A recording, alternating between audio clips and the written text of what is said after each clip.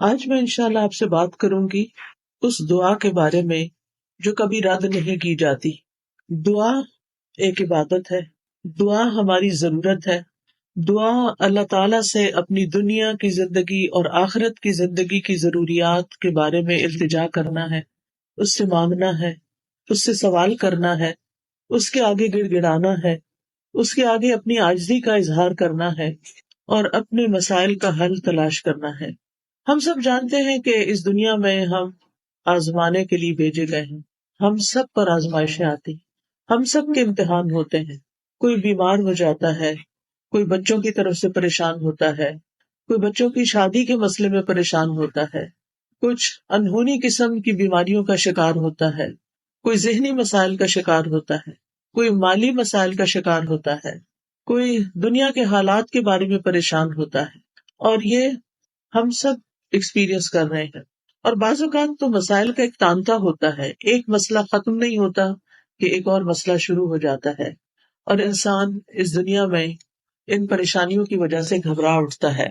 امام ابن القیم کہتے ہیں کہ دعا آزمائشوں کی دشمن ہے، یعنی ادھر آزمائش آئی تو اس کا مقابلہ دعا سے کیجیے۔ وہ کہتے ہیں کہ دعا مفید ترین علاجوں میں سے ایک علاج ہے، یہ آزمائشوں کی دشمن ہے، یہ مصیبتوں کو دور دھکیلتی ہے، ان کے ساتھ گتھم گتھا ہوتی ہے، ان کے واقع ہونے کو روکتی ہے اور مصیبتوں کو ختم کرتی ہے، یا مصیبت واقع ہو جائے تو اس کو کم کرتی ہے۔ دعا مومن کا ہتھیار ہے، مفید ترین دوا ہے۔ لہذا آج ہم بات کریں گے کہ ہم کس طرح دعا کریں کہ ہماری دعا قبول ہو اور ہم ان مسائل سے جو زندگی میں نبرد آزما ہیں، نبٹ رہے ہیں، ان کو ختم کرنے میں ہماری مدد کرے۔ تو بات یہ ہے کہ ہم سب جانتے ہیں کہ ہمیں اللہ تعالیٰ نے ہی پیدا کیا ہے اور اسی کی طرف ہمیں پلٹ کر جانا ہے، اور اسی کے ہاتھ میں ہر مشکل کا حل ہے۔ وہ ہر چیز پر قادر ہے، وہ سب سے بڑا ہے۔ اس کو دینے کے لیے، اسے کوئی مشکل حل کرنے کے لیے کسی سے پوچھنا نہیں پڑتا، کسی کی مدد لینی نہیں پڑتی۔ لہذا جب سب کچھ اسی کے اختیار میں ہے، لہو ملک السماوات والارض، آسمانوں اور زمین کی ملکیت، کنٹرول، سارے کا سارا اسی کے ہاتھ میں ہے۔ لہذا جب کوئی مشکل آئے تو ہمیں اسی کی طرف رجوع کرنا چاہیے۔ علماء نے عبادت کی جو قسم دعا سے متعلق بتائی ہے وہ دو طرح کی دعا ہوتی ہے، ایک دعا العبادہ اور ایک دعا المسئلہ۔ یعنی ہماری جتنی بھی عبادتیں ہیں، نماز، روزہ، حج، زکوٰۃ، جتنے بھی اعمال ہیں، ان سب کو بھی دعا کہا جاتا ہے، کیونکہ یہ بھی دراصل ہم اللہ سبحانہ تعالیٰ کے حضور جب حاضر ہوتے ہیں، مثلا نماز میں، تو آپ دیکھیے کہ ہم سینے پہ ہاتھ باندھ کے بھی دعا کرتے ہیں۔ ہم سمع اللہ لمن حمدہ کے بعد ربنا ولک الحمد حمدا کثیرا طیبا مبارکا فیہ اللہم لا مانع لما اعطیت ولا معطی لما منعت، حمد کے بعد آخر میں پھر دعا کرتے ہیں۔ رکوع میں بھی دعائیں ہوتی ہیں، سجدے میں بھی دعائیں۔ حدیث میں آتا ہے کہ سجدے میں انسان سب سے زیادہ اللہ تعالیٰ کے قریب ہوتا ہے، تو وہاں بھی ہم دعا کرتے ہیں۔ پھر اتحیات بھی دعا کے ساتھ، درود شریف بھی دعا ہے، بلکہ ساری دعاؤں کا خلاصہ ہے۔ اور اسی طرح قبولیت کا بہترین وقت درود شریف کے بعد نماز کے اندر دعا کرنا ہے، جہاں ہم رب اجعلنی اور دیگر دعائیں پڑھتے ہیں۔ پھر اسی طرح روزے کی حالت میں دعا قبول ہوتی ہے، افطار کے وقت دعا قبول ہوتی ہے۔ پھر ہم حج پہ جاتے ہیں تو ہر مقام پہ دعائیں قبول ہوتی ہیں۔ تو گویا ہماری عبادات بھی دراصل دعاؤں کا ہی مجموعہ ہے، اور وہ بھی دعاؤں کی قبولیت کا ذریعہ ہے۔ یعنی جب ہمیں کچھ چاہیے ہوتا ہے تو ہم اللہ تعالیٰ کی طرف رجوع کرتے ہیں۔ نبی صلی اللہ علیہ وسلم کا طریقہ کیا تھا کہ جب انہیں کوئی مشکل پیش آتی تو وہ کیا کرتے؟ نماز کے لیے کھڑے ہو جاتے اور نماز میں پھر دعا کرتے، اللہ تعالیٰ سے مدد مانگتے۔ قرآن مجید میں آتا ہے وَاسْتَعِینُوا بِالصَّبْرِ وَالصَّلَاةِ، مدد طلب کرو، مدد مانگو صبر اور نماز کے ساتھ۔ لہٰذا یہ دعا العبادت ہے، اس کا فائدہ انسان کو دنیا میں بھی ہوتا ہے اور آخرت میں بھی ہوتا ہے۔ دوسری دعا وہ ہوتی ہے جس میں ہم اللہ سبحانہ تعالیٰ سے سوال کرتے ہیں، کچھ مانگتے ہیں، اس کے آگے گڑ گڑاتے ہیں۔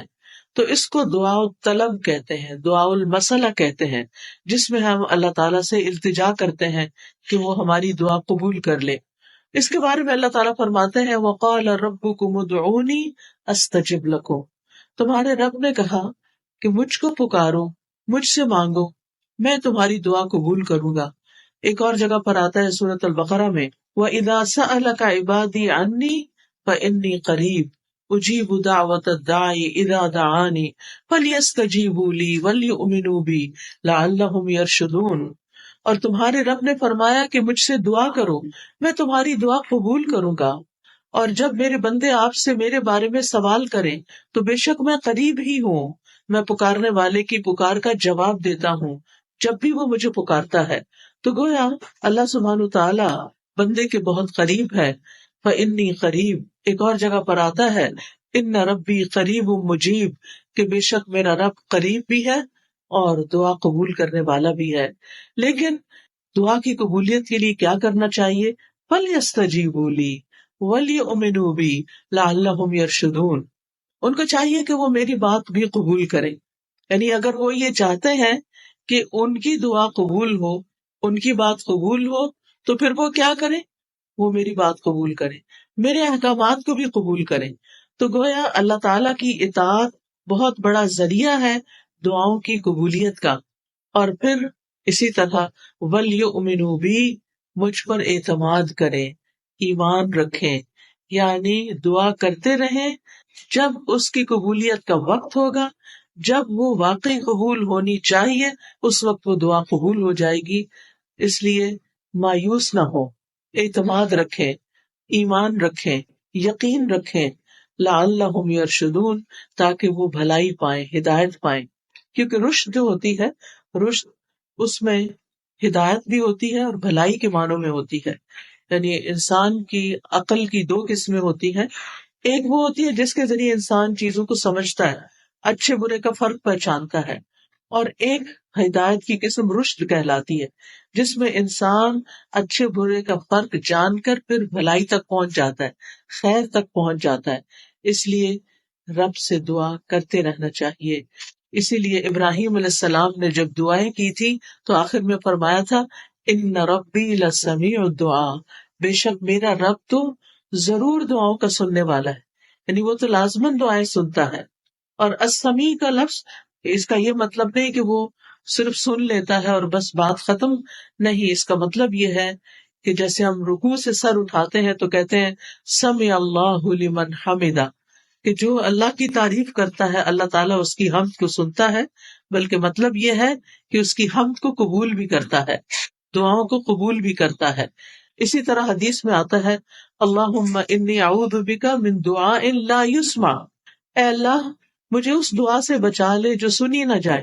تو یہاں سننا قبول کرنے کے معنوں میں، کہ ایسی دعا نہ ہو کہ جو تیرے ہاں قبولیت نہ پائے، لیکن دعا مانگنے کا طریقہ بھی درست ہونا چاہیے تاکہ دعا قبول ہو جائے۔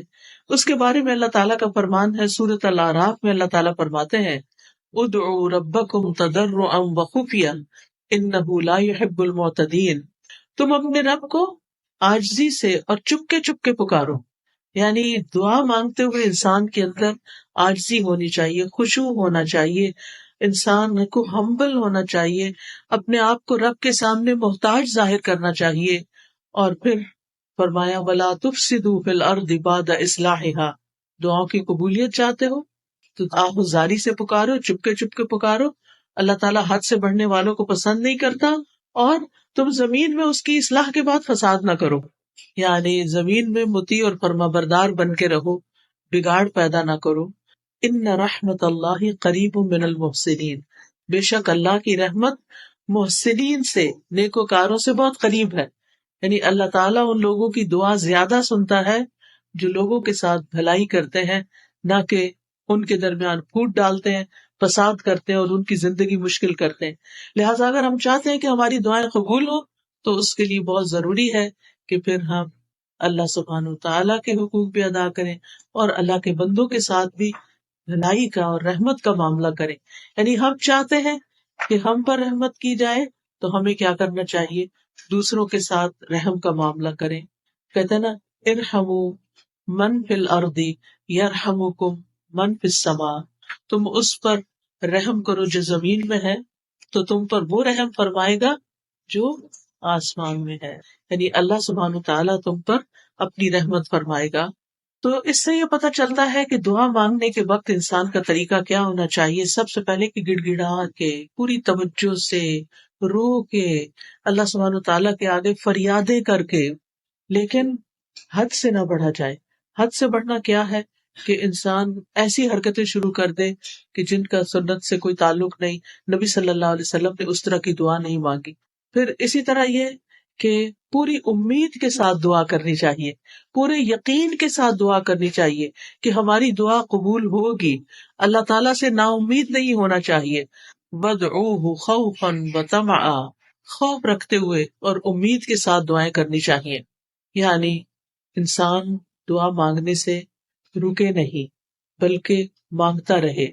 دیکھا جائے تو اللہ تعالیٰ کو تو انسان کی دعا کی ضرورت نہیں کہ بندہ اس سے ضرور مانگے، یہ تو انسان کے اپنے فائدے میں ہے کہ انسان اللہ سے مانگتا ہے۔ یہ جو اللہ تعالیٰ ہمیں حکم دے رہے ہیں کہ دعا مانگتے رہو، تو آپ دیکھیں کہ اس میں ترغیب دی جا رہی ہے۔ اس کو ضرورت نہیں ہے، ہمیں ضرورت ہے، ہم محتاج ہیں۔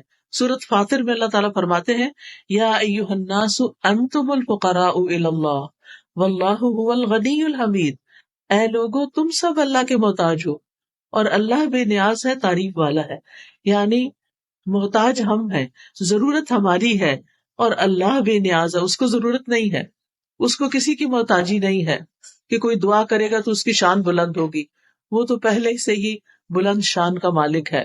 ایک حدیث قدسی میں آتا ہے اللہ تعالیٰ فرماتے ہیں اے میرے بندو تم کبھی مجھے نقصان پہنچانے کی طاقت نہیں رکھو گے، یعنی میرا کچھ نہیں بگاڑ سکتے کہ مجھے نقصان پہنچا سکو، نہ کبھی مجھے فائدہ پہنچانے کے قابل ہوگے کہ مجھے فائدہ پہنچا سکو، نہ ہم اللہ تعالیٰ کا نقصان کر سکتے ہیں اور نہ ہی اس کو فائدہ دے سکتے ہیں۔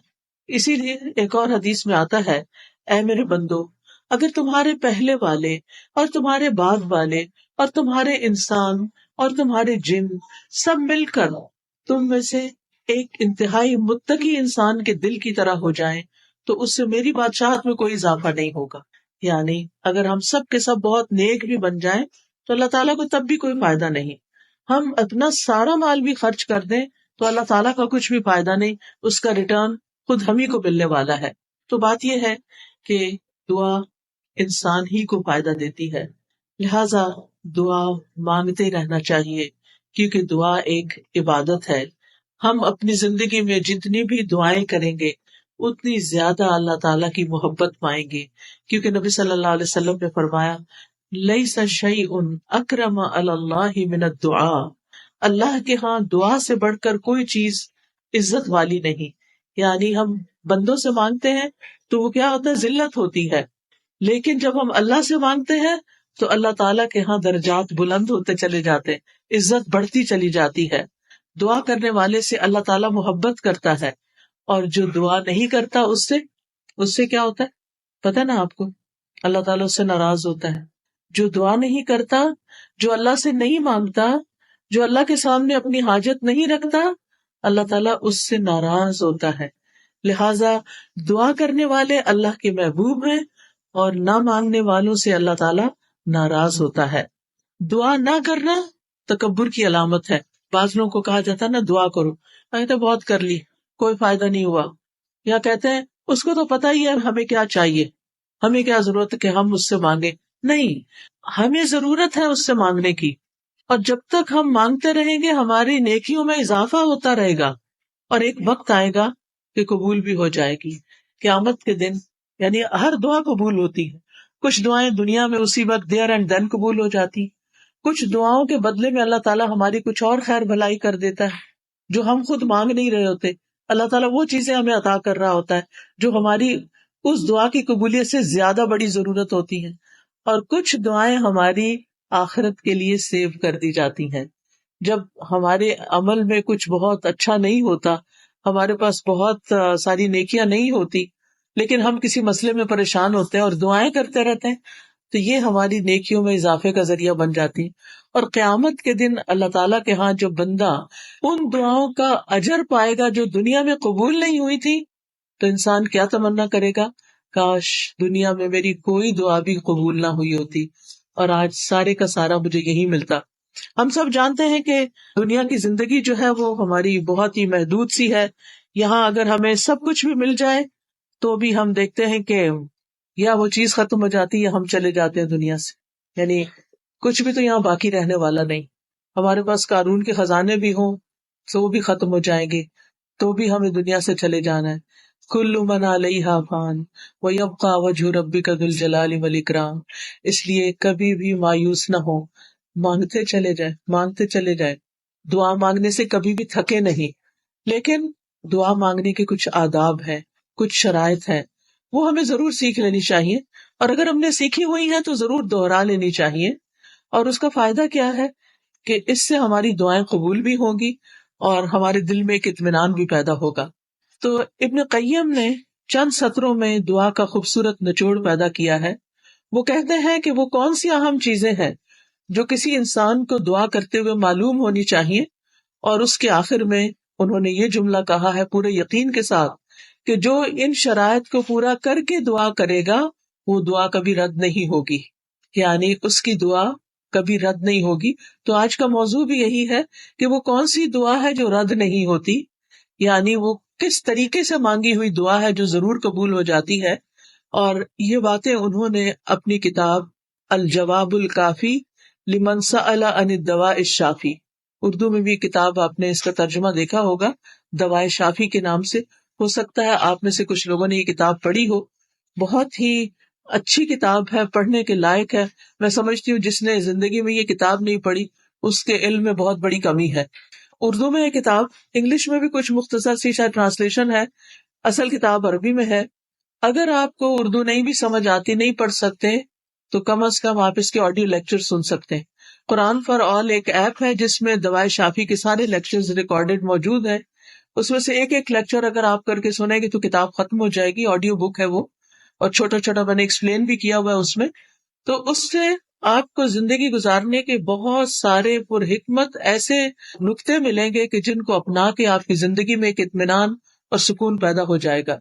تو بہرحال اس کتاب کا ترجمہ النس اینڈ دا کیور کے نام سے بھی آپ دیکھیے گا ضرور. تو دعا کی قبولیت کے اسباب کون سے ہیں؟ اگر آپ کے پاس کاپی پین ہو تو اپنے پاس نوٹ کر لیجئے, اور اگر نہیں تو دل پہ لکھ لیجئے. سب سے پہلی چیز دل کا حاضر ہونا, یعنی دعا کی قبولیت کے لیے سب سے اہم ترین چیز کیا ہے کہ دل کی حضوری کے ساتھ دعا کی جائے. یعنی مقصد کو حاصل کرنے کے لیے مقصد کو پہلے اچھی طرح سمجھ لینا چاہیے کہ مانگنا کیا ہے, پھر مانگنے کے لیے الفاظ کیا ہونے چاہیے. کیونکہ آپ دیکھیے جتنے اچھے الفاظ سے آپ مانگتے ہیں نا, اور جتنے پیار سے مانگتے ہیں, جتنی عاجزی سے مانگتے ہیں, تو جو آپ مانگتے ہیں وہ آپ کو مل جاتا ہے.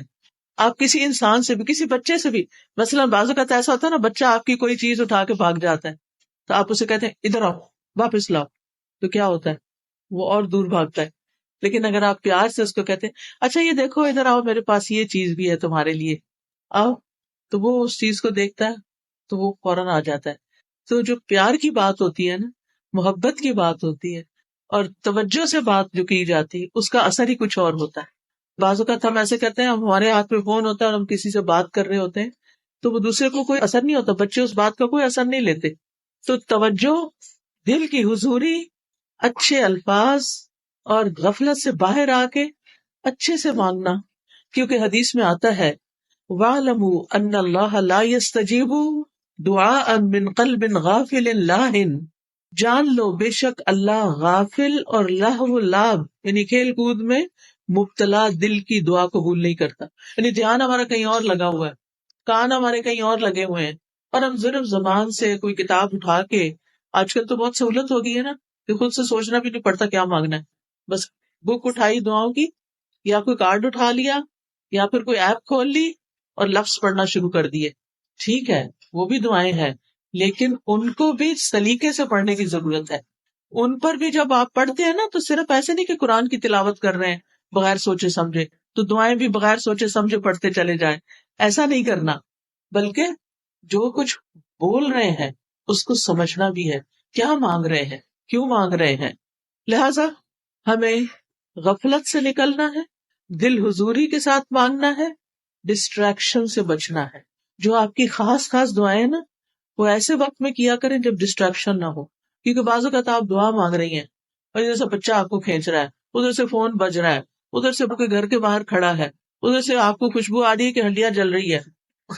اب آپ سوچیں کیا دعا مانگی جائے گی, کیسی دعا ہوگی وہ, اور پھر اس میں قبولیت کیا ہوگی جب آپ کو خود ہی پتہ نہ ہو, کان کہیں لگے, آنکھیں کہیں لگے, ناک کہیں لگے, کیا پتہ چلے گا کیا مانگا کیا نہیں مانگا.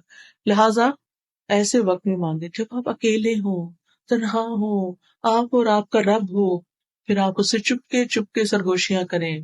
اذ نادى ربه نداء خفيا, زکریا علیہ السلام نے اپنے رب کو پکارا تھا چپ کے خفیہ. ادعوا ربکم تضرعا وخفیہ, عاجزی اور زاری بھی ہو اور چپ کے مناجاتیں بھی ہوں. کیونکہ دعا کرتے وقت جذبات بھی ساتھ ہونے چاہیے, یعنی اللہ کی رحمت کو محسوس کرنا چاہیے, اللہ کا شکر ادا کرنا چاہیے کہ اس نے توفیق دی ہے, اور پھر اس یقین کے ساتھ کہ اللہ بڑا مہربان ہے, رحم فرمانے والا ہے, وہ اس وقت بھی سن رہا ہے, وہ میرے دل کی حالت جانتا ہے, اور وہ کچھ دے سکتا ہے جو میں مانگ رہی ہوں. جب آپ بندوں سے کچھ مانگتے ہیں نا تو بعض اوقات ان کے پاس ہوتا بھی ہے, وہ نہیں دیتے, لیکن اللہ تعالیٰ جب دیتے ہیں تو اس کے خزانوں میں تو کمی ہوتی ہی نہیں. بندوں کو تو یہ خوف ہوتا ہے نا, ہم نے دے دیا تو ہمارا کیا بنے گا. ہر دفعہ ایسے ہی ہوتا ہے نا, کوئی ہم سے کچھ مانگ لے تو پہلے ہم سوچتے ہیں ہمارا کام چلے گا دینے کے بعد, بس اتنا ہی دیتے ہیں جتنا ہم بس دینا چاہتے ہیں, اس سے آگے نہیں. اللہ سبحانہ تعالیٰ کے خزانے بھرے ہوئے ہیں, جب سے زمین و آسمان بنا ہے وہ خرچ کیے چلے جا رہا ہے, لیکن اس کے خزانوں میں قطرے برابر بھی کمی نہیں ہوئی, قطرے برابر بھی کمی نہیں ہوئی. اس کو کیا فرق پڑتا ہے؟ اور جب ہم یہ جانتے ہیں کہ زمین و آسمان کی ہر چیز اس کے کنٹرول میں ہے, وہ بادشاہ ہے, وہ مالک ہے, اور وہ دینے پہ پوری طرح قادر ہے, تو پھر ہم اس امید کے ساتھ مانگیں.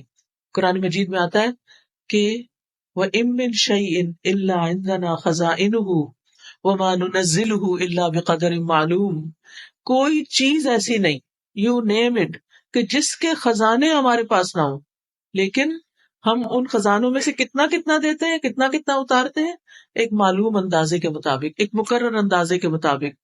کیونکہ اللہ تعالیٰ الحکیم بھی ہے, اس کو پتا ہے کس انسان کو کب کون سی چیز دینی چاہیے, کیونکہ وہ ہمارے بارے میں ہم سے زیادہ جانتا ہے نا, کہ اگر میں نے اس کی دعا قبول کر لی اور اس کو وہ مل گیا جو چاہتا ہے, پھر یہ مجھے بھول جائے گا, اور مجھ سے غافل ہونا اور بھولنا اس بندے کے حق میں نقصان دہ. لہٰذا بہتر ہے کہ اس کی دعا ابھی قبول نہ کی جائے, یہ کچھ اور مانگ لے. یعنی بعض لوگوں کی دعا صرف اس لیے قبول نہیں کی جاتی کہ ان کا رونا اللہ کو پسند ہوتا ہے, ان کا مانگتے رہنا اللہ کو پسند ہوتا ہے. کیونکہ جب ہم دکھی ہوتے ہیں, تکلیف میں ہوتے ہیں, پریشان ہوتے ہیں, تو پھر ہم اللہ کی طرف رجوع کرتے ہیں, اور جب ہماری ضروریات پوری ہو جاتی ہیں تو پھر ہم کیا کرتے ہیں, پھر تو ہم نماز پڑھنا بھی بھول جاتے ہیں, پھر ہم صدقہ خیرات دینا بھی بھول جاتے ہیں. لہٰذا اللہ سبحانہ تعالیٰ ہمیں کسی نہ کسی مشکل میں ڈالے رکھتا ہمارے فائدے کے لیے, ہماری بھلائی کے لیے, تاکہ ہم اللہ تعالیٰ کی طرف رجوع کرتے رہیں. نبی صلی اللہ علیہ وسلم نے فرمایا ادعوا اللہ وانتم موقنون بالاجابہ, تم اللہ سے مانگو اس یقین کے ساتھ کہ تمہاری دعا ضرور قبول کی جائے گی, پورا یقین ہو. لہٰذا جب آپ کو یقین آئے گا نا تو غفلت بھی دور ہو جائے گی, دعا میں دل حاضر رہے گا, اور آپ اس طرح دعا کی قبولیت کی پہلی شرط پوری کر دیں گے. دوسری چیز جو ہے وہ ڈسٹریکشن ہے. ڈسٹریکشن کا مطلب یہ ہے کہ انسان کبھی کہیں دیکھے, کبھی کہیں دیکھے, کبھی کچھ سوچے, اور جو مانگ رہا ہے اس کی خبر نہ ہو اس کو. تو ہمیں سمجھ کر دعا کرنی, سمجھ کر, یعنی یہ دوسرا اہم نقطہ ہے, حاضر دل کے ساتھ اور سمجھ کر. کیونکہ اگر پتہ ہی نہیں مانگ کے رہے ہیں تو پھر کیا فائدہ. اور پھر یہ ہے کہ اگر عربی میں دعا مانگنی نہیں آتی تو الٹے سیدھے لفظ پڑھ کے نہ مانگے, اردو میں مانگ لیں, انگلش میں مانگ لیں, پنجابی میں مانگ لیں, جو آپ کی زبان ہے اس میں مانگ لیں, تو آپ کے لیے کچھ مشکل نہیں ہے. اللہ تعالیٰ کو ساری زبانیں آتی ہیں, ایک ہم ہیں, ہمارے لیے ریسٹرکشن, ہماری لمیٹیشنز ہیں. ہمیں ایک زبان آتی تو دوسری نہیں آتی, انگریزی آتی تو فرینچ نہیں آتی, اردو آتی ہے تو پنجابی نہیں آتی بچوں کو, تو کتنی لمیٹیشنز ہیں ہماری. اللہ تعالیٰ کے لیے کچھ مشکل نہیں. کسی بھی ڈائلیکٹ میں, کسی بھی زبان میں, کسی بھی وقت, کسی بھی لمحے کچھ بھی مانگتے ہیں وہ سب کچھ سمجھتا ہے، جانتا ہے اور دینے پر پوری طرح قادر ہے۔ پھر آپ دیکھیے کہ دعا کرتے وقت کسی بے مقصد کام میں مشغول نہ ہو۔ اچھا، بعض لوگ موبائل سے دعائیں پڑھتے ہیں، ٹھیک ہے، سہولت کے لیے پڑھ سکتے ہیں آپ۔ اب کیا ہوتا ہے، اتنے میں اوپر ایک نوٹیفیکیشن آ جاتا ہے، اچھا آدھی دعا پڑھی آدھا میسج پڑھا، نہ ادھر کے نہ ادھر کے، ملٹی ٹاسکنگ ہو رہی۔ دنیا کے کاموں میں تو ملٹی ٹاسکنگ آپ کر سکتے ہیں، لیکن اللہ تعالیٰ کے ہاں تو بس ایک وہ ہے، اس کو ایک مانتے ہوئے بس وہ اس میں بھی یہ بھی شریک کرنا پسند نہیں کرتا کہ جب ہم اس سے بات کر رہے ہو تو ہم اوروں کے بارے میں سوچ رہے ہو، یا اس سے بات کر رہے ہو تو بیچ میں کسی اور سے باتیں شروع کر دیں، اس کو یہ پسند نہیں ہے۔ لہٰذا ہمیں ڈسٹریکشن سے بچنا ہے۔ بعض اوقات یہ ہوتا ہے کہ کوئی چیز ہمارے انگوٹھی وغیرہ ہاتھ میں ہوتی ہے تو کچھ لوگ کیا کرتے ہیں، دعا مانگتے اس سے کھیلنا شروع کر دیتے، کوئی بٹن کھول بند شروع کر دیتا ہے، کچھ اور کرنے لگتے ہیں۔ ان ساری چیزوں سے بچنا ہے۔ اس وقت کپڑے نہیں سنوارنے، کوئی اور کچھ نہیں، کھجانا شجانا بھی نہیں، اگر کھجانا ہے پہلے کھجا لیں اور پھر اس کے بعد دعا کرنی شروع کریں۔ یعنی 100% آپ کی توجہ دعا کی طرف ہونی چاہیے۔ ہمارے اسلاف میں سے کسی نے ایک شخص کو دیکھا کہ دعا کر رہا تھا اور ساتھ کنکریوں سے کھیل رہا تھا۔ انہوں نے کہا یہ کنکریاں پھینک دو اور اپنی دعا پہ توجہ کرو، دعا کرتے ہوئے تمہارا دل اور اعضاء سارے، پورا جسم اس طرف متوجہ ہونا چاہیے۔ تو یہ تھی پہلی شرط، ٹھیک ہے۔ دوسری شرط یا دوسرا نقطہ یا دوسرا ادب کیا ہے، قبولیت کے 6 اوقات میں سے کسی وقت میں دعا کرنا۔ اب قبولیت کے 6 اوقات کون سے ہیں، میں ابھی آپ کو بتاتی ہوں۔ یہ 6 اوقات ایسے ہیں جن میں دعا قبول ہو جاتی ہے اور کبھی رد نہیں ہوتی۔ لہٰذا دل کو حاضر رکھنے کے ساتھ ساتھ دوسری چیز وقت کا انتخاب ہے کہ کس وقت آپ مانگیں، کون سا زیادہ سوٹیبل ٹائم ہے۔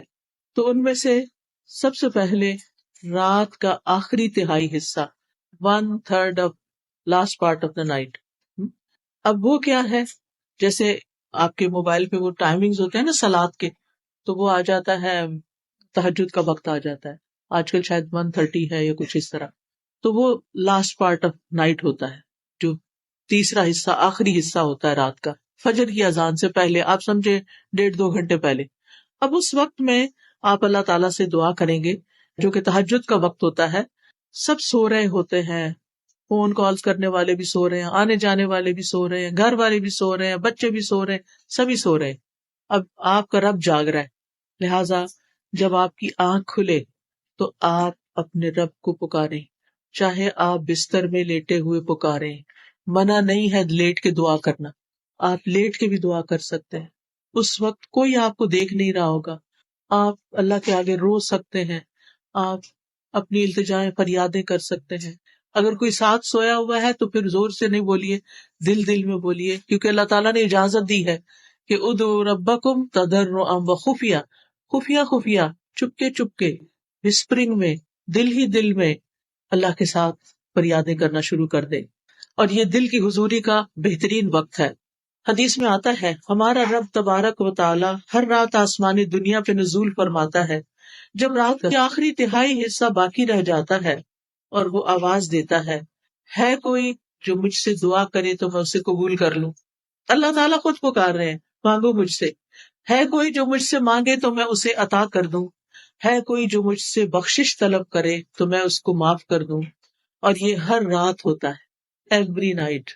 لہٰذا اس وقت سے فائدہ اٹھانا چاہیے۔ اگر ہم اپنے گناہوں سے پریشان ہیں، اپنی بری عادتوں سے پریشان ہیں، اپنے کچھ مینٹل ہیلتھ کے بارے میں پریشان ہیں، کسی خاص مسئلے کے بارے میں پریشان ہیں، تو اس آخری حصے میں رات کے اٹھیں اور اللہ تعالیٰ سے دعا کریں۔ اللہ تعالیٰ اپنی شان کے مطابق آپ کو نوازے گا، اور یہ دعاؤں کی قبولیت کا سنہری موقع ہوتا ہے۔ دوسرے مواقع کون سے ہیں؟ ابن القیم لکھتے ہیں وَعِندَ الْأَذَانِ، حدیث میں بھی آتا ہے اذان۔ اب آپ کہیں گے ہمارے گھر میں تو اذان ریکارڈیڈ ہے، بالکل ریکارڈیڈ اذان بھی اذان ہے، وہ کچھ اور تو نہیں ہے نا۔ بعض لوگ کہتے ہیں اچھا اس کا جواب دیں، بھئی کیوں نہ دے، وہ کیا کہہ رہا ہے، وہ وہی تو کہہ رہے جو اذان کے الفاظ ہیں۔ اب آپ مسجد میں بھی ہوتے ہیں تو کیا آپ کو مؤذن کی اصل آواز آ رہی ہوتی نہیں نا، کس میں سے آ رہی ہوتی؟ مائک کے تھرو آ رہی ہوتی ہے۔ لہٰذا وہاں بھی آپ جواب دیں گے، اور گھر میں جب موبائل پہ اذان لگے گی یا اذان کلاک پہ اذان لگے گی، اس کا بھی آپ پورا جواب دیں گے اور اس کے بعد دعا کریں گے۔ وہ قبولیت کا وقت ہے۔ اچھا کچھ لوگ تو گھروں میں اذان آن ہی نہیں کرتے، موبائل پہ بھی انہوں نے بس وہ چھوٹی سی اذان رکھی ہوئی ہے جو بس تھوڑا سا نوٹیفیکیشن دیتی ہے، 2 دفعہ اللہ اکبر کر کے وہ بند ہو جاتی ہے. نہیں، اپنے گھروں میں اذان لگائیں. پہلے تو الفجر کی وہ اذان ہوتی تھی، کلاک ہوتا تھا، وہ گھروں میں عام طور پر بج رہا ہوتا تھا. تو بہت ضروری ہے. ہمارے گھروں کے اندر جو شیاطین کا اثر ہے، جو بے چینیاں ہیں، جو بچوں کی نافرمانیاں ہیں، ان میں بہت بڑی وجہ یہ ہے کہ گھروں میں قرآن نہیں پڑھا جاتا، گھروں میں اذان کی آواز نہیں سنائی دیتی. ہم ایسی جگہوں پر رہتے ہیں کہ جہاں پر اذان نہیں آتی. لہٰذا بہت ضروری ہے کہ آپ ہر طرح کے شر سے بچنے کے لیے گھر میں اذان بلند آواز سے لگائیں کہ ہر نماز کے وقت پر اذان لگ جائے، اور اس کا جواب دیں گے آپ. اللہ اکبر کا اللہ اکبر جو جو مؤذن کہتا جاتا ہے آپ جواب میں وہی بولتے جائیں گے. اور جب وہ حی علی الصلاۃ اور حی علی الفلاح کہے گا تو اس وقت آپ لا حول ولا قوت الا باللہ پڑھیں گے.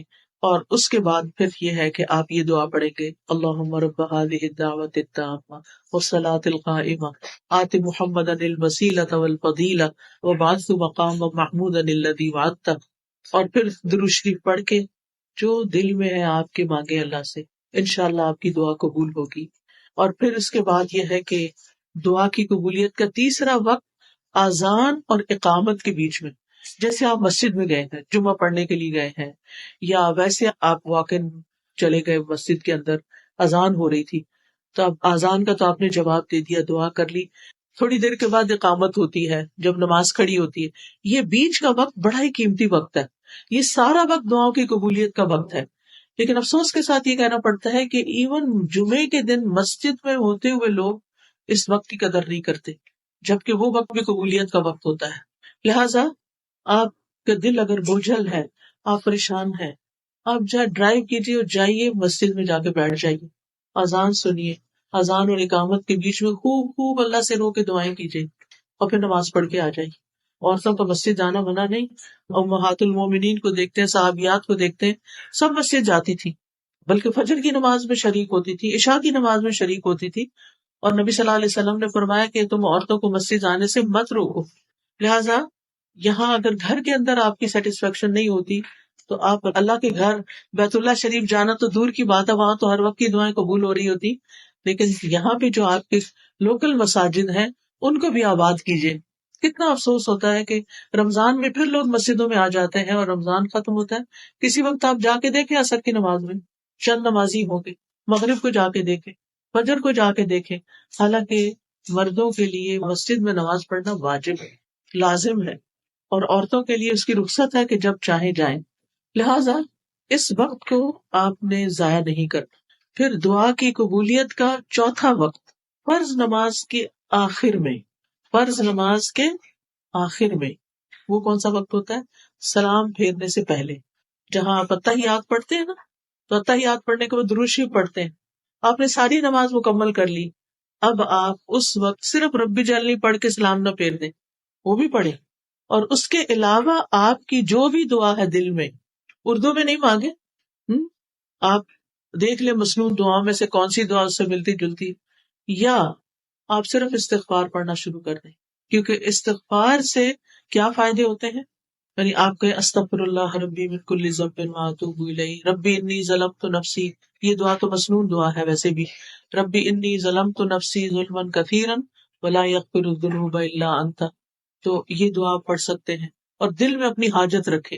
سورۃ نوح اگر آپ پڑھیں تو اس میں آتا ہے کہ نوح علیہ السلام نے اپنی قوم کو بہت سمجھایا تھا اور کہا تھا، میں نے اپنی قوم سے کہا کہ اپنے رب سے استغفار کرو.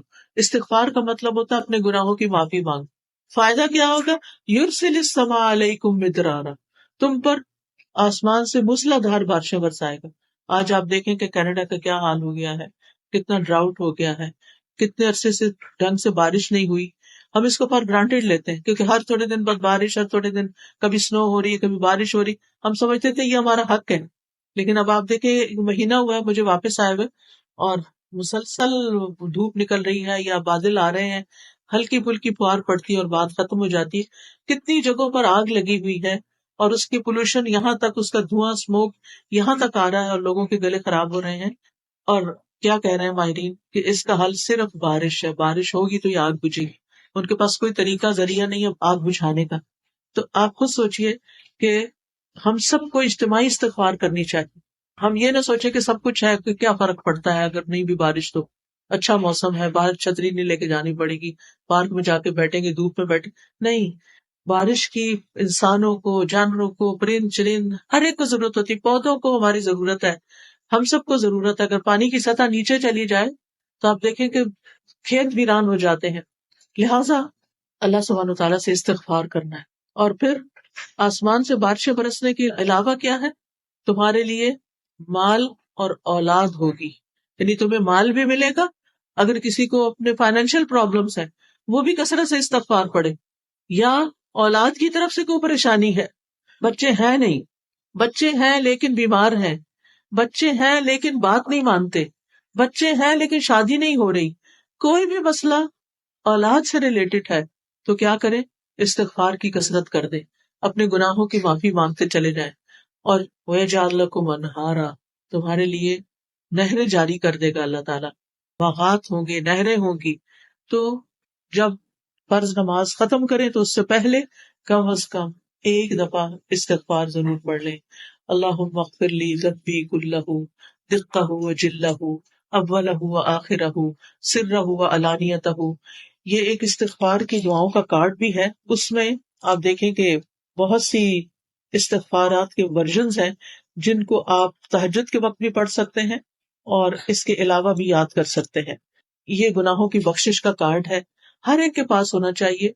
جیسے پہلے بھی میں نے عرض کیا نا کہ الفاظ میٹر کرتے ہیں، ورڈز ڈو میٹر، کہ آپ کن لفظوں سے بول رہے ہیں، کن لفظوں سے معافی مانگ رہے ہیں. ہمارے پاس تو اتنے اچھے لفظ نہیں ہوتے، لیکن قرآن مجید کی آیات اور جو نبی صلی اللہ علیہ وسلم کے الفاظ ہیں وہ خوبصورت الفاظ ہیں، تو ان کے ذریعے استغفار کریں تو انشاءاللہ آپ کے مسائل حل ہوں گے. اب یہ جو سلام پھیرنے سے پہلے کا وقت ہے یہ بہت قیمتی وقت ہے، کیونکہ آپ نے وضو کیا، قبلے کی طرف رخ کیا، اللہ اکبر کہہ کے اللہ کی بڑائی بیان کی، ہاتھ باندھ کے اس کے سامنے کھڑے رہے، اللہ کے کلام کی تلاوت کی، آپ نے رکوع کیا، آپ نے اللہ کی حمد بیان کی، آپ نے سجدہ کیا، آپ اتحیات میں بیٹھے، اور پھر آپ نے ایک رکعت پڑھی، 2 رکعت پڑھی، 3 پڑھی، 4 پڑھی، اور اب آپ تشہد میں بیٹھے ہوئے ہیں. عاجزی کا انداز ہے، گھٹنے موڑ کے بیٹھنا، عاجزی کے ساتھ بیٹھے ہوئے ہیں اور قبلہ رخ کیا ہوا ہے، درود شریف پڑھ لیا آپ نے. کتنی ساری چیزیں جمع ہو گئی آپ کی دعا کی قبولیت کے لیے.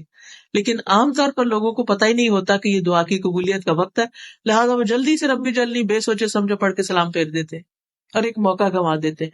لہٰذا اگر مثال کے طور پر آپ بیمار ہیں تو آپ اللہ تعالیٰ سے دعا کر سکتے ہیں، اللہم اشفنی، اللہم اشفنی، اے اللہ مجھے شفا دے دے، اے اللہ مجھے شفا دے دے. پھر اسی طرح یہ ہے کہ اس وقت ایک خاص دعا نبی صلی اللہ علیہ وسلم نے سکھائی ہے، اور وہ ہے اللہم انی اعوذ بک من عذاب القبر واعوذ بک من عذاب جہنم واعوذ بک من فتنۃ المسیح الدجال واعوذ بک من فتنۃ المحیا والممات اللہم انی اعوذ بک من المأثم والمغرم. یہ دعا جو ہے یہ لازم پڑھنی چاہیے نماز کے آخر میں، کیونکہ ہم دنیا کی مسائل پہ پریشان ہوتے ہیں جبکہ ہم لگژریس گھروں میں رہتے ہیں، ہمارے پاس اچھے اچھے کھانے ہیں، ہمارے پاس اچھا اچھا پہننا ہے، ہم ایک پرامن ملک میں رہتے ہیں. لہٰذا اگر چھوٹا سا بھی مسئلہ آ جائے تو ہمارے سر پہ وہ چھا جاتا ہے اور باقی چیزیں ہم بھول جاتے ہیں کہ ہمارے آگے کیا ہونے والا ہے. قبر میں تو ہم نے تنہا ہونا ہے نا، وہاں تو کوئی ساتھ نہیں ہوگا. لہٰذا وہاں کی تکلیف اور وہاں کے عذاب اور وہاں کی مشکل کے بارے میں دعا کریں. قیامت کے دن جہنم کی سزا سے بچنے کی دعا کریں. پھر اسی طرح گناہوں سے بچنے کی دعا کریں. تو یہ بہت جامع دعا ہے، یہ بھی آپ کو یہاں نماز کے اذکار کتاب جو ہے اس میں مل جائے گی. دعا کی قبولیت کا 5واں وقت، ابن قیم کہتے ہیں 5واں وقت جمعے کا دن ہے. جمعے کے دن میں 2 اوقات ایسے ہوتے ہیں جب دعا قبول ہوتی ہے. ایک جب امام ممبر پہ چڑھ رہا ہوتا ہے، اس وقت سے لے کر جمعے کی نماز مکمل ہونے تک تو آپ مسجد میں پہلے سے ہی چلے جائیں اور اس وقت دعا شروع کر دیں جب امام اپنا خطبہ شروع کرتا ہے، جب اس وقت اذان ہوتی ہے. نبی صلی اللہ علیہ وسلم نے فرمایا جمعے کے دن ایک گھڑی ایسی بھی آتی ہے کہ اگر وہ کسی بندہ مسلم کو اس حال میں میسر آ جائے کہ وہ اللہ سے خیر کا سوال کر رہا ہو تو اللہ اسے وہ چیز ضرور عطا کر دیتا ہے. دوسری گھڑی کیا ہے؟ اچھا سا کا لفظ ہے نا، سا 60 منٹ کو نہیں کہتے، یہ کم بھی ہو سکتا ہے، زیادہ بھی ہو سکتا ہے. شیخ صالح العثیمین کہتے ہیں کہ یہ تقریباً 45 منٹ ہے. ٹھیک ہے، اور اس کے علاوہ عصر سے لے کے مغرب تک کا وقت دعاؤں کی قبولیت کا وقت ہے، جمعے کے دن. لہٰذا اگر آپ کی کوئی حاجت ہے، آپ کی کوئی پریشانی ہے، تو آپ اس وقت کو بھی استعمال کر سکتے ہیں. دعاؤں کی قبولیت کا چھٹا وقت عصر سے لے کر مغرب تک جمعے کا دن، یعنی اس وقت دعائیں کرتے رہنا چاہیے. تو یہ 6 اوقات میں نے آپ کو بتائے ہیں. اور پھر کچھ جگہ ہیں جیسے بیت اللہ شریف کے پاس جا کر، اور پھر مینا عرفات میں. اگر آپ نے حج نہیں کیا ہو تو حج کا پلان کریں. جو لوگ حج پہ جا رہے ہیں آپ ان کو کوئی نہ کوئی گفٹ دیں. یہ آپ کے لیے ایک گفٹ پیک ہم نے تیار کیا حاجیوں کے لیے. اس میں چھوٹی سی کتاب ہے، کارڈ ہے، جو چھوٹے سے بیگ میں وہ لوگ رکھ کے لے جا سکتے ہیں. سمپل ٹو دا پوائنٹ باتیں ہیں. تو ان سے آپ ریکویسٹ کریں کہ وہ آپ کے لیے ان مقامات پر بھی دعا کریں. تیسری بات دعا کی قبولیت کے لیے عاجزی اور انکساری ہے کہ دل میں خشوع و خضوع ہو، انکساری ہو، اللہ کے آگے ذلت اور عاجزی کا، ذلت اور انکساری کا اظہار ہو. اور جو شخص اللہ کے آگے فقیر بن کے مانگتا ہے اللہ تعالیٰ اس کی دعا سنتا ہے. انبیاء کے بارے میں قرآن مجید میں آتا ہے وَيَدْعُونَنَا رَغَبًا وَرَهَبًا وَكَانُوا لَنَا خَاشِعِينَ کہ وہ ہمیں رغبت اور خوف سے پکارتے تھے، یعنی امید اور خوف کے ساتھ ہم سے دعا کرتے اور ہمارے لیے عاجزی کرنے والے تھے. تو اس سے کیا پتہ چلتا ہے کہ جو اپنی دعا میں عاجزی کرتا ہے اللہ تعالیٰ اس کی دعا قبول فرماتا ہے. خشوع کا کیا مطلب ہوتا ہے؟ خشوع وہ خوف ہوتا ہے جو دل میں راسخ ہوتا ہے. عام طور پر لوگ لفظ خشوع بولتے ہیں لیکن اس کا مطلب نہیں جانتے. خشوع کیا ہے؟ اللہ کا ایسا خوف جو دل میں جم گیا ہے، دل میں راسخ ہو گیا ہے. اور کہتے ہیں خشوع سے نماز پڑھو. کیا مطلب ہے اس کا؟ اس کا یہ مطلب نہیں کہ کوئی دھیان آپ کا ادھر ادھر نہیں جائے گا، نہیں، اللہ سے ڈرتے ہوئے، یعنی کہ اللہ پہ احسان جتاتے ہوئے نہیں، کہ دل کے اندر اللہ کا خوف ہو. اور خاشعین کون ہوتے ہیں؟ جن کے دلوں میں اللہ کا ڈر ہوتا ہے، عاجزی ہوتی ہے اللہ کے سامنے، انکساری ہوتی ہے. اس کا یہ مطلب نہیں کہ منفی خوف، نہیں، مثبت خوف. منفی خوف جو ہوتا ہے انسان کو مایوسی کی طرف لے جاتا ہے. مثبت خوف انسان کو برائیوں سے بچاتا ہے اور عبادت پر ابھارتا ہے، اللہ کے سامنے کھڑا کرتا ہے، اللہ کے سامنے جھکا دیتا ہے، اللہ کے سامنے سجدہ کرواتا ہے. تو خشوع کی علامت کیا ہوتی ہے؟ کیسے پتا چلے گا کہ آپ کے اندر خشوع ہے کہ نہیں؟ اس میں دل نرم ہو جاتا ہے، انسان رونے لگتا ہے اللہ کے آگے. یعنی دعا میں رونا بھی چاہیے، دل نرم ہونا چاہیے، غافل نہیں ہونا چاہیے. اور پھر دعا میں دل بھی لگے، دعا لمبی ہو جائے، یہ بھی خشوع کی علامت ہوتی ہے. اور آپ کو یوں لگے جیسے آپ اللہ سے باتیں کر رہے ہیں. پھر چوتھی چیز قبولیت کے لیے گڑ گڑا کے دعا کرنا، تضرع. تضرع کا لفظ جو ہے یہ ضاد، را اور عین سے درع. درعن کہتے ہیں گائے کی وہ جگہ جہاں گائے کا دودھ جمع ہوتا ہے.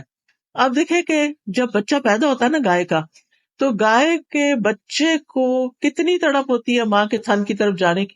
کبھی دیکھا آپ نے یہ منظر؟ آپ نے بھی کچھ نہیں دیکھا، نہیں تو ویڈیو پہ کسی پہ دیکھ لیں. مجھے یاد ہے میں چھوٹی سی تھی تو جب گاؤں میں گئی تو وہاں پر جب وہ بچہ نیا پیدا ہوتا ہے وہ بڑا خوبصورت ہے، مجھے بڑا شوق ہوتا تھا دیکھنے. اچھا وہ بچہ اپنے پاؤں پہ کھڑا ہوتے ہی سیدھا ماں کے تھن کی طرف جاتا ہے کہ میں جلدی سے ماں کا دودھ پی لوں. تو وہ جو شوق ہے نا، وہ جو تڑپ ہے نا، اور چونکہ گائے رکھنے والوں نے خود بھی اپنے لیے بھی دودھ نکالنا ہوتا ہے تو بچے کو چھوڑ نہیں دیتے، وہ اس کو باندھتے ہیں اور پھر اپنا دودھ نکالتے ہیں، پھر بچے کو بچا ہوا کچھ اس کو بھی پینے کو لیے دے دیتے ہیں. تو بچے کو اس وقت دودھ کی کریونگ ہوتی ہے، بچہ تڑپ کر دودھ کی طرف لپکتا ہے، اس کے بغیر وہ زندہ نہیں رہ سکتا. تو دعا مانگتے ہوئے ہمارے اندر بھی ایسا ہی شوق، ایسی ہی تڑپ ہونی چاہیے، طلب ہونی چاہیے جو گائے کے بچے کو اپنے ماں کے دودھ کی ہوتی. چلے گائے کا بچہ نہیں دیکھا، انسان کا بچہ تو دیکھا ہوگا نا کہ بچے ماں کو کتنا تنگ کرتے. کل ہی میں کسی ماں اور بچے کے ساتھ تھی تو میں دیکھ رہی تھی، بچہ کھیل کے آتا تھا، واپس آ کے ماں کے اوپر چڑھتا اور ماں کا گریبان کھینچنے لگتا کہ مجھے دودھ پلاؤ. وہ پلاتی، پھر وہ تھوڑی دیر پھر اس کا دھیان کھیل کی طرف ہوتا، پھر وہ چھوڑ کے کھیل میں لگ جاتا، پھر وہ واپس آتا، پھر اس کا یہ.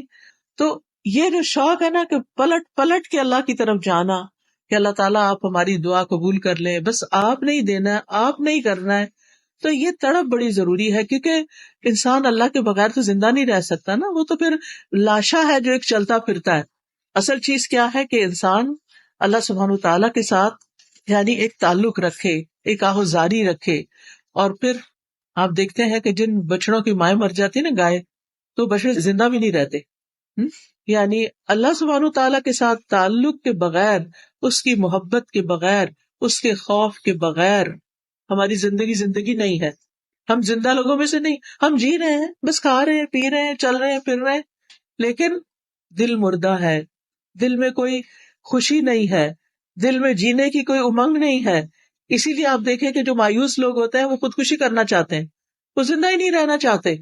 تو دعا جو ہے وہ انسان کو مایوسی سے بچاتی ہے، ڈپریشن میں جانے سے بچاتی ہے. آپ کو ایک سہارا ہوتا ہے، آپ کو ایک امید ہوتی ہے کہ آپ کا رب ہے، وہ زندہ رب ہے، الحی القیوم، وہ ضرور سنے گا اور وہ اس بھمر سے مجھے نکالے گا، اس مشکل سے مجھے باہر لے جائے گا. 5واں نقطہ، قبلہ رخ ہو کے دعا کرنا. یہ فرائض میں سے نہیں ہے لیکن یہ قبولیت کے لیے افضل ہے. ابن قیم کہتے ہیں وَاسْتَقْبَلَ الدَّاعِيَ الْقِبْلَةَ، کہ دعا کرنے والا قبلہ رخ ہو کر دعا کرے، یہ دعا کے آداب میں سے ہے. عبداللہ بن زید کہتے ہیں کہ جب نبی صلی اللہ علیہ وسلم نماز استسقاء کے لیے باہر نکلے اور آپ نے خطبہ دیا تو حدیث میں آتا ہے وَاسْتَقْبَلَ الْقِبْلَةَ وَدَعَا، کہ آپ قبلہ رخ ہوئے، اس کے بعد آپ نے خوب دعا کی. تو قبلہ رخ ہو کر دعا کرنا قبلے کی پیچھ کر کے دعا کرنے سے بہت بہتر ہے. اور خاص دعائیں جو آپ نے کرنی ہوتی ہیں اور جن کے بارے میں آپ چاہتے ہیں کہ وہ قبول ہو ہی جائیں، تو اس کے لیے ضروری ہے کہ آپ پھر قبلہ رخ ہو جائیں. 6واں نقطہ، طہارت کا خیال رکھنا. ابن قیم کہتے ہیں وَكَانَ عَلَى الطَّهَارَةِ، کہ دعا کی قبولیت اور اس کے رد نہ ہونے کی 6 اہم بات یہ ہے کہ انسان باوضو ہو. ٹھیک ہے، پیریڈز میں بھی آپ دعا کر سکتے ہیں، نفاس کی حالت میں بھی آپ دعا کر سکتے ہیں، دعا منع نہیں ہے، لیکن اگر آپ چاہتے ہیں کہ پاک صاف ہو کر کریں تو وہ زیادہ افضل ہے اور قبولیت کے قریب ہے. کیونکہ ہوتا کیا ہے، ہماری دعاؤں کی قبولیت میں گناہ رکاوٹ ہوتے ہیں. جب انسان وضو کرتا ہے تو کیا ہوتا ہے، گناہ جڑ جاتے ہیں نا. اور جب 2 رکعت نماز بھی پڑھ لی جائے تو کیا ہوتا ہے، اور گناہ جڑ جاتے ہیں. تو پھر آپ دعا کرتے ہیں تو کیا ہوتا ہے، دعا قبول ہو جاتی. اس لیے وَاسْتَعِینُوا بِالصَّبْرِ وَالصَّلَاةِ، جب خاص کوئی مشکل آ جائے، کوئی تکلیف ہو، خاص نفل پڑھے، بہتر ہے تہجد کے وقت پڑھیں ورنہ کسی بھی وقت پڑھیں، اور پھر اللہ تعالیٰ سے دعا کریں. 7واں نقطہ، اللہ تعالیٰ سے ہاتھ اٹھا کے مانگنا، خوب اونچے کر کے مانگ، یا اللہ تو مجھے عطا کر. چاہے جوڑ کے مانگے چاہے تھوڑا فاصلہ ہو، دونوں طرح ہی ٹھیک ہے. حدیث میں آتا ہے بے شک تمہارا رب حیادار اور سخی ہے، وہ اس بات سے شرماتا ہے کہ بندہ دعا کے لیے اس کی طرف ہاتھ اٹھائے اور وہ انہیں خالی لوٹا دے. اللہ تعالیٰ ہاتھوں کو خالی نہیں پھیرتا. آپ دیکھیں کہ اللہ تعالیٰ الغنی ہے، الکریم ہے، زمین و آسمان کا بادشاہ ہے، تو اس کو تو کچھ بھی دینا مشکل نہیں. تو جب وہ بندہ ہاتھ اٹھاتا ہے، سوال کرتا ہے، تو اللہ تعالیٰ کو یہ اچھا نہیں لگتا کہ اس کو کہے اچھا کچھ نہیں، جاؤ واپس، وہ ڈال دیتا ہے. اب یہ ہے کہ آپ اپنے آپ کے بارے میں ذرا سوچیں کہ جب کوئی آپ کے سامنے سوال رکھتا ہے، ہاتھ پھیلاتا ہے، آپ کسی مال میں گئے ہیں وہاں یا کسی ایسی جگہ پر، وہ سڑکوں کے کنارے کھڑے ہوتے ہیں نا یہاں بھی لوگ، تو دیکھ کے دل بڑا برا ہوتا ہے کہ ہائے کچھ دیا نہیں، پتہ نہیں کتنے ضرورت مند ہوں گے. تو ہم انسان ہوتے ہوئے ہمارے دلوں میں ایک رحم آ جاتا ہے مانگنے والے کے حق میں. تو اللہ سبحانہ وتعالیٰ وہ کیسے نہیں اپنے بندے پہ رحم کرے گا جو کہ بہت سی ماؤں سے بھی بڑھ کے پیار کرنے والا ہے. دعائے استسقاء میں تو آپ صلی اللہ علیہ وسلم نے اتنے اونچے ہاتھ کھڑے کیے تھے کہ آپ کے بغلوں کی سفیدی نظر آنے لگ گئی تھی، یعنی اپنے سر سے بھی اونچے کر لیے تھے اپنے ہاتھ. کچھ لوگ ایسے ہی بس رکھ کے بیٹھ جاتے ہیں، کچھ لوگ ہاتھ پہ ہاتھ رکھ لیتے ہیں. ایسے بھی نہیں کرنا چاہیے، کھول کے ہاتھ، چاہے بیچ میں فاصلہ رکھے یا نہ رکھے. اور خاص طور پہ شدید حاجت کے وقت آپ بلند آواز سے پکاریں، چیخ چیخ کے نہیں پکارے، بلند آواز پکاریں، تنہائی میں رو کے پکاریں، ہاتھ اونچے کر لیں اور کہ بس اللہ تعالیٰ آپ نے یہ کام ضرور کرنا ہے، آپ نے یہ مشکل آسان کرنی ہے، آپ کر سکتے ہیں، آپ کے لیے کچھ بھی مشکل نہیں، آپ کے لیے کوئی رکاوٹ نہیں، یعنی واسطے دے دے کے. ہاں کچھ مواقع ایسے ہیں جن میں ہاتھ نہیں اٹھائے جاتے، جیسے خطیب اگر جمعہ کا خطبہ دے رہا ہے اور اس وقت آپ دل میں اللہ کو پکار رہے ہیں، تو اب وہ خطبہ دے رہا اور آپ ہاتھ اٹھا رہے ہیں، اس وقت منع ہے. اسی طرح طواف کے دوران دعائیں قبول ہوتی ہیں لیکن آپ ہاتھ نہیں اٹھاتے، چلتے جاتے ہیں سیدھے. اسی طرح سعی کے دوران بھی دعائیں قبول ہوتی ہیں تو آپ ہاتھ نہیں اٹھاتے اور سنت سے ثابت بھی نہیں ہے. 8واں نقطہ یہ ہے کہ آپ اللہ کی حمد و ثنا سے دعا کی ابتدا کریں، یعنی پہلے اللہ تعالیٰ کی حمد کریں. یہاں حمد کا بھی کارڈ ہے، الحمدللہ. جب یہ کارڈ آپ پڑھیں تو جو دل میں آپ کے دعا ہے دعا کریں، انشاءاللہ دعا قبول ہوگی. یہ کارڈز آپ کے گھر میں ہونے چاہیے. ہم دیکھیں کہ جب کسی کا بچہ پیدا ہوتا ہے، کوئی ویڈنگ ہوتی ہے، تو مہنگے سے مہنگے کارڈ خرید کر ایک دوسرے کو دیتے ہیں، اور وہ کیا کرتے ہیں، چند دن اس کو کہیں رکھتے ہیں ادھر ادھر ٹیبل وغیرہ پہ سجاتے ہیں، اور اس کے بعد سب ٹریش میں چلے جاتے ہیں. ایسے کارڈز اگر آپ کے گھر میں ہوں گے، یہ دعاؤں کے اسٹال لگا ہوا ہے، تو انشاءاللہ آپ ایک باسکٹ بنا لیں یا کسی فولڈر میں رکھ لیں، اور پھر جب آپ بیٹھیں تو کسی نماز کے بعد کسی وقت میں ایک اٹھا لیں، کسی میں دوسرا اٹھا لیں، کسی میں تیسرا اٹھا لیں، اور اللہ سبحانہ تعالیٰ سننے والا ہے. نبی صلی اللہ علیہ وسلم نے ایک شخص کو دعا کرتے ہوئے سنا. اس نے اللہ تعالیٰ کی حمد و ثنا نہیں کی تھی اور نہ درود پڑا تھا. آپ نے فرمایا اس نے جلدی کی. اور کسی دوسرے سے فرمایا جب تم میں سے کوئی نماز پڑھے تو پہلے اپنے رب کی حمد و ثنا بیان کرے پھر درود پڑھے. اس لیے کھڑے ہو کے ہم پہلے کیا کرتے ہیں، حمد و ثنا بیان کرتے ہیں، اور آخر میں اتحیات میں ہم درود شریف کے بعد پھر دعا کر لیتے ہیں. اور پھر اس کے بھی اچھے اچھے خوبصورت الفاظ ہیں. اس وقت کیونکہ ٹائم کم ہے تو میں اس وقت پڑھ کے سنا نہیں سکتی، لہٰذا آپ اللہ تعالیٰ کی حمد و ثنا کے خوبصورت الفاظ جو اس کارڈ میں آپ کو ملیں گے وہ بول کر درود شریف پڑھ کے آپ دعا کر سکتے ہیں. پھر نماز کے آخر میں تسلیم سے پہلے دعا قبول ہوتی ہے. ٹھیک ہے، اس کا میں نے ابھی تھوڑی دیر پہلے آپ کو تفصیل بتا دی ہے. پھر رکوع اور سجود میں دعائیں قبول ہوتی ہیں. سجدے میں دعا کریں، اور اگر آپ کو کچھ نہیں آتا، کوئی دعائیں نہیں آتی عربی کی، تو آپ اللہم اغفر لی پڑھنا شروع کریں. اللہم اغفر لی ذنبی، یعنی اس کا مطلب کہ اللہ میرے گناہ معاف کر دے، کیونکہ جب گناہ معاف ہوں گے تو انشاءاللہ رکاوٹیں دور ہو جائیں گی. یا ہم کہتے ہیں نا کہ رکاوٹ ہو گئی یا بندش ہو گئی ہے، اس کے پیچھے کوئی گناہ ہے، پھر ہمیں سمجھ ہی نہیں آتی، ہمیں یاد ہی نہیں آتا ہمارا کون سا گناہ ہے. ہم کہتے پتہ نہیں کیا گناہ ہے. ہم اپنی نیکیوں کو یاد کرتے ہیں، گناہوں کو یاد نہیں کرتے. ٹھیک ہے، آپ نیکیوں کو بھی یاد رکھیں، لیکن آپ گناہوں کو ضرور یاد کریں کہ کہیں میں نے کسی کے حق تو نہیں مارا، کہیں کسی رشتے دار کی حق تلفی تو نہیں کی، کہیں کسی ضرورت مند کی میں نے تو ضرورت نہیں پھیر کی، کسی ضرورت مند کا مذاق تو نہیں اڑایا، کبھی کسی پہ باتیں تو نہیں بنائی، کبھی کسی بہن بھائی کو ضرورت ہوئی تو میں نے کان بند کر لیے اور اس کی مدد نہیں کی.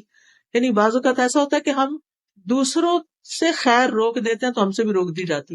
حضرت اسماء رضی اللہ تعالیٰ عنہ کو نبی صلی اللہ علیہ وسلم فرماتا لا تو کی فیو کا علیہ کی، اپنے وہ جو ہوتی ہے چھوٹی سی پوٹلی، تو اس کی رسی باندھ کے نہ رکھو ورنہ تمہارے اوپر بھی باندھ دیا جائے گا.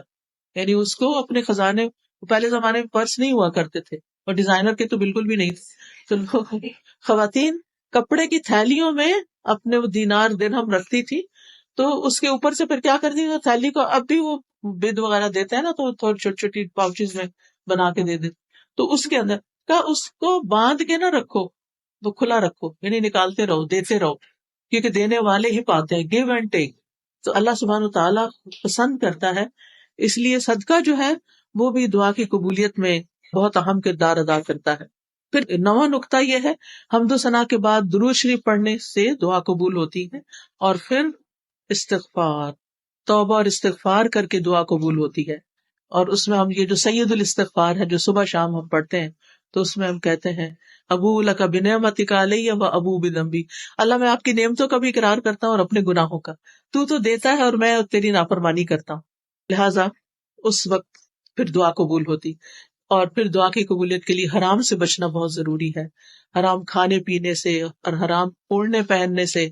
اور پھر اپنے لباس میں بھی مہذب اسلامی لباس پہننا چاہیے. خاص طور پر خواتین کے لیے بہت ضروری ہے کہ وہ اپنے آپ کو ڈھکیں، کیونکہ اللہ تعالیٰ کو ڈھکنا پسند ہے. جب ہم بازار کی طرف، گھر میں ٹھیک ہے آپ جیسے بھی کپڑے پہنتے ہیں، لیکن اس میں بھی کچھ حدود کا خیال رکھنا چاہیے. اور نماز پڑھتے وقت آپ کو پتا ہے کہ پورا لباس ساتر ہونا چاہیے، بال بھی نہیں دکھنے چاہیے، کان بھی نہیں، گردن بھی نہیں، ٹخنے بھی نہیں. اب ہمارے دیسی کپڑوں میں بھی آپ دیکھیں کہ پجامے کی وجہ سے، ٹراؤزر کی وجہ سے، جب خواتین جب رکوع میں جاتے ہیں تو ٹخنے ننگے ہو جاتے ہیں، جب ٹخنے ننگے ہو جاتے ہیں نماز باطل ہو جاتی ہے. یا تو آپ بڑی چادر لے کے کریں، یا کوئی جراب پہنے، یا آپ شرٹ لمبی رکھیں، نماز کا ایسا کپڑا بنائیں کہ آپ اوپر سے نیچے تک ڈھک جائیں، ورنہ نماز قبول نہیں ہوگی. اگر نماز قبول نہیں ہوئی تو دعا کیسے قبول ہوگی؟ تو اس لیے یہ چھوٹی چھوٹی چیزیں جو ہیں، چھوٹی نہیں بڑی ہیں، ان کا بھی دھیان رکھنا ضروری ہے. کیونکہ ایک شخص پکارتا ہے تو اللہ تعالیٰ فرماتے ہیں کہ اس کی دعا کیسے قبول ہو، کہ اس کی غذا بھی حرام کی اور اس کا لباس بھی حرام کا. نہ کھانے میں وہ احتیاط کرتا، بس حلال ہے حرام ہے کچھ بھی کھا لیتا ہے، اور اسی طرح لباس کا بھی اہتمام نہیں کرتا. تو اس کا اہتمام بھی ضروری ہے، کیونکہ دعا کی قبولیت میں لباس کا اہم کردار ہے. پھر اسی طرح 10واں نقطہ ہے دعا میں تکرار، ریپیٹیشن، دعا بار بار دہرانا، دہراتے جائیں، پھر مانگے پھر مانگے پھر مانگے، ایک دن، دوسرے دن، تیسرے دن، کبھی یہ نہ کہیں بہت دفعہ پکارا ہے اب مانگا نہیں جاتا، بس تھک گیا ہوں مانگ، کبھی نہ تھکے، اور بار بار ربنا کہیں، اے ہمارے رب، اے میرے رب، اور پھر یہ کہ اللہ تعالیٰ کے اچھے اچھے ناموں کے ساتھ اس کو پکارے، اور پھر یہ کہ کہیں اللہ تعالیٰ سے، اللہ تعالیٰ میں تو مانگتا رہوں گا، میں نے نہیں پیچھے ہٹنا، آپ نے مجھے دینا ہی دینا ہے، آپ نے مجھے وہ عطا کرنا ہے جو میں آپ سے مانگ رہا ہوں، اور آپ مجھ جیسے مسکین انسان کو خالی ہاتھ لوٹا دیں گے، میں نے خالی ہاتھ نہیں جانا۔ آپ دیکھیں کہ بندوں کے سامنے بھی جب ہم، حالانکہ بندے سٹنجی ہوتے ہیں، اللہ تعالیٰ تو سخی کریم ہے، تو بندوں سے بھی جب ہم سب بخیل سے بخیل بندے کے آگے بھی تکرار کریں نا تو وہ پھر مان ہی جاتا ہے کسی طرح۔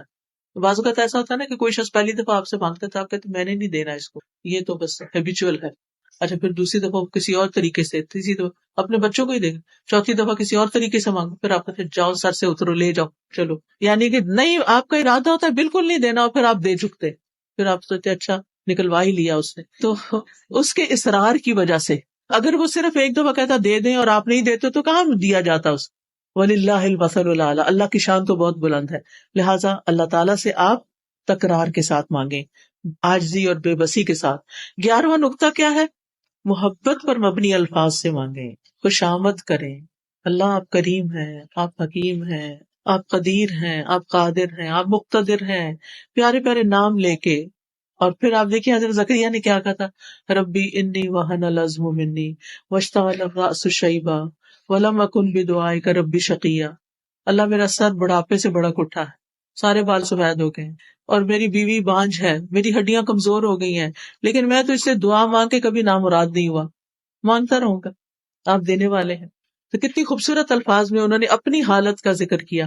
ایوب علیہ السلام نے بیماری میں کیا کیا، انی مسنی الضر وانت ارحم الراحمین، یہ پیار کے کلمات، اللہ مجھے بہت تکلیف پہنچ گئی ہے، بیمار ہو گیا ہوں اور آپ تو ارحم الراحمین ہیں، تو یہ اس کو تملک کہتے ہیں عربی زبان میں۔ پھر انبیاء کی دعاؤں کو آپ دیکھیں تو آپ کو بہترین نمونہ ملے گا۔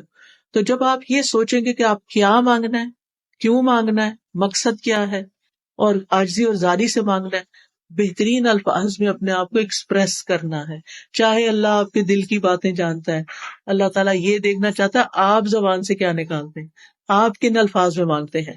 حضرت مریم کی والدہ نے کن الفاظ سے دعا مانگی تھی کہ رب میں نے آپ کی نظر کر دیا جو بھی میرے پیٹ میں ہے کہ آزاد ہوگا، آپ مجھ سے قبول کر لیں، انک انت السمیع العلیم، کیونکہ آپ تو دعائیں قبول کرنے والے ہیں، آپ تو جاننے والے ہیں۔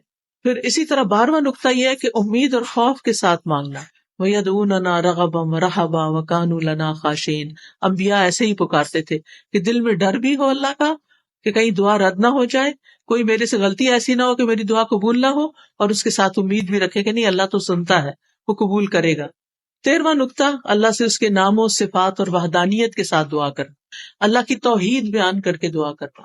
قرآن مجید میں آتا وَلِلَّهِ الْأَسْمَاءُ الْحُسْنَىٰ فَادْعُوهُ بِهَا، اللہ کے اچھے اچھے نام ہیں، ان ناموں کے ساتھ اس کو پکارو، لہٰذا اللہ کے تمام نام پرفیکٹ اور ایکسیلنٹ ہیں، لہٰذا اللہ کے نام کیسے، یا رحمان یا رحیم، تکرار کریں، یا اللہ یا رحمان یا رحیم، یا غفار یا غفور اغفر لی، یا رحمان ارحمنی، یا حکیم یا علیم علمنی فہمنی، یا رزاق ارزقنی، یا شافی اشفنی، یعنی اللہ کے مخصوص ناموں کے ساتھ اللہ کو پکاریں۔ ایک شخص کو نبی صلی اللہ علیہ وسلم نے سنا کہ وہ دعا کر رہا ہے، اور وہ دعا کی تھی اللہم انی اسألک انی اشہد انک انت اللہ لا الہ الا انت الاحد الصمد الذی لم یلد ولم یولد ولم یکن لہ کفوا احد۔ تو آپ نے فرمایا اس نے اللہ تعالیٰ سے ان ناموں کے ساتھ سوال کیا ہے کہ جب اس سے سوال کیا جائے تو اللہ تعالیٰ عطا فرماتا ہے، جب مانگا جائے تو دعا قبول ہوتی ہے، لہٰذا اللہ تعالیٰ کے ناموں کے ساتھ دعا کریں، اور یہ دعا خاص طور پر۔ 14واں نقطہ، دعا کے ساتھ صدقہ، صدقے کی وجہ سے دعا قبول ہوتی ہے، یعنی دعا کر لی آپ نے، جا کے صدقہ کریں، کوئی نیکی کریں، کسی کی خدمت کریں، کسی کے ساتھ احسان کا معاملہ کریں، کسی کی کوئی ضرورت پوری کریں، کیونکہ صدقہ اللہ کے غضب کو بجھاتا ہے، اور ہر روز کچھ نہ کچھ صدقہ کرنا چاہیے، ہمارے ہر جوڑ پہ ہر روز صدقہ واجب ہوتا ہے، اور اس کو ادا کرنے کے لیے جو بھی نیکیاں ہم کرتے ہیں، اللہ کا ذکر کرتے ہیں، سب کچھ وہ صدقہ ہوتا رہتا ہے. لیکن ان سب کے بدلے میں اگر 2 رکعت نماز اشراق یا چاشت پڑھ لیں تو ساری ہڈیوں کا صدقہ ہو جائے گا. تو صدقہ رب کے غضب کو بجھاتا ہے، بری موت سے بچاتا ہے. یعنی جب اللہ تعالیٰ کی ناراضگی دور ہوگی تو کیا ہوگا؟ دعا قبول ہوگی. اور پھر یہ ہے کہ اللہ تعالیٰ کے عظیم نام کے ساتھ، اسم اعظم جس کو کہتے ہیں، اس کے بارے میں مختلف اقوال ہیں. اللہ کا نام جو ذاتی نام ہے نا، یا اللہ، اللہ، یہ سب سے بڑا نام ہے. باقی سب اللہ تعالیٰ کی صفات ہیں. لہذا یا اللہ، یا رحمان، یا رحیم، یہ اس طرح بھی پکار سکتے ہیں. یا حیو یا قیوم برحمتک استغیث. نبی صلی اللہ علیہ وسلم نے کس طرح دعائیں کی تھی بدر کے مقام پر. تو چونکہ ہمارا وقت ختم ہونے لگا، لہٰذا تھوڑی سی دعا کر لیتے ہیں اور اس کے ساتھ ہی آپ سے اجازت چاہوں گی. سبحان اللہ والحمد للہ ولا الہ الا اللہ واللہ اکبر ولا حول ولا قوة الا باللہ العلی العظیم. اللہم صل علی محمد وعلى آل محمد كما صليت على إبراهيم وعلى آل إبراهيم إنك حميد مجيد. اللهم بارك على محمد وعلى آل محمد كما باركت على إبراهيم وعلى آل إبراهيم إنك حميد مجيد. اللهم نسألك يا الله بأن لك الحمد لا إله إلا أنت المنان بديع السماوات والأرض یا ذا الجلال والاکرام یا حی یا قیوم ان تغفر لنا ذنوبنا وترحمنا وان تجیرنا من عذاب النار. یا رب العالمین ہمیں بخش دے، ہم پہ رحم فرما، ہمیں آگ کے عذاب سے بچا لے. وان ترزقنا اخلاصا فی القول والعمل وان تدخلنا الجنۃ وتباعدنا من النار. اللہ ہمیں اپنی باتوں میں، اپنے عمل میں اخلاص عطا فرما اور ہمیں جنت میں داخل کر دے اور آگ سے بہت دور رکھ. اللہم عاقب رقابنا من النار. اللہ ہماری گردنوں کو آگ سے آزاد کر دے. ہمارے والدین، ہمارے بچوں، ہماری مائیں، ہمارے رشتہ دار، ہمارے دوست اور جن سے ہم محبت کرتے ہیں، اللہ ان سب کو آگ سے بچا لے. اللہم اغفر لنا ذنوبنا. اللہ ہمارے گناہوں کو معاف کر دے. اللہ جتنی بہنیں آئی ہیں ان کے دلوں میں جو دعائیں ہیں، حاجتیں ہیں، اللہ ان کو پورا کر دے. اللہ ان کی ضروریات پوری کر دے. سب لوگ اپنی اپنی ضرورت کے بارے میں سوچیں. یا اللہ تو سب بہنوں کی دعا قبول فرما. اللہ جو مالی مشکلات میں ان کی دعائیں قبول فرما، جو بیمار ہیں ان کی بیماری دور فرما، جو بچوں کے رشتوں کے لیے پریشان ہیں ان کی پریشانی دور فرما، جو دلوں کی بے چینی اور روحانی امراض کا شکار ہیں ان کی بیماری دور فرما. اللہ ہمارے گھروں میں خیر و برکت نازل فرما. ہمارے بچوں کو اپنے دین کے لیے چن لے، ہمارے لیے صدقہ جاریہ بنا دے. یا اللہ ہمیں اپنا پسندیدہ بندہ بنا لے. اللہم وفقنا لما تحب و ترضا. یا اللہ جن بہنوں نے مل کے اس پروگرام کا انعقاد کیا ہے، اس کے لیے اپنا مال، وقت، جان، ہر چیز لگائی ہے، اللہ انہیں اس کی بہترین جزائے خیر عطا فرما اور انہیں اس کا صلہ کئی گنا بڑھا کے لوٹا. یا اللہ جتنی بہنیں آئی ہیں اپنے کام کاج چھوڑ کے آئی ہیں، اپنا گھر، اپنا وقت، اپنا آرام، اللہ تعالیٰ ان سب کا آنا قبول فرما اور آج کی اس محفل میں ان کی ساری دعائیں قبول فرما لے. اللہم اغفر لنا ذنوبنا. اللہم انا نستغفرک لما لا نعلم ونعوذ بک من شر ما نعلم. یا رب العالمین ربنا تقبل منا انک انت السمیع العلیم وتب علینا انک انت التواب الرحیم. سبحان ربک رب العزت عما یصفون وسلام علی المرسلین والحمد للہ رب العالمین.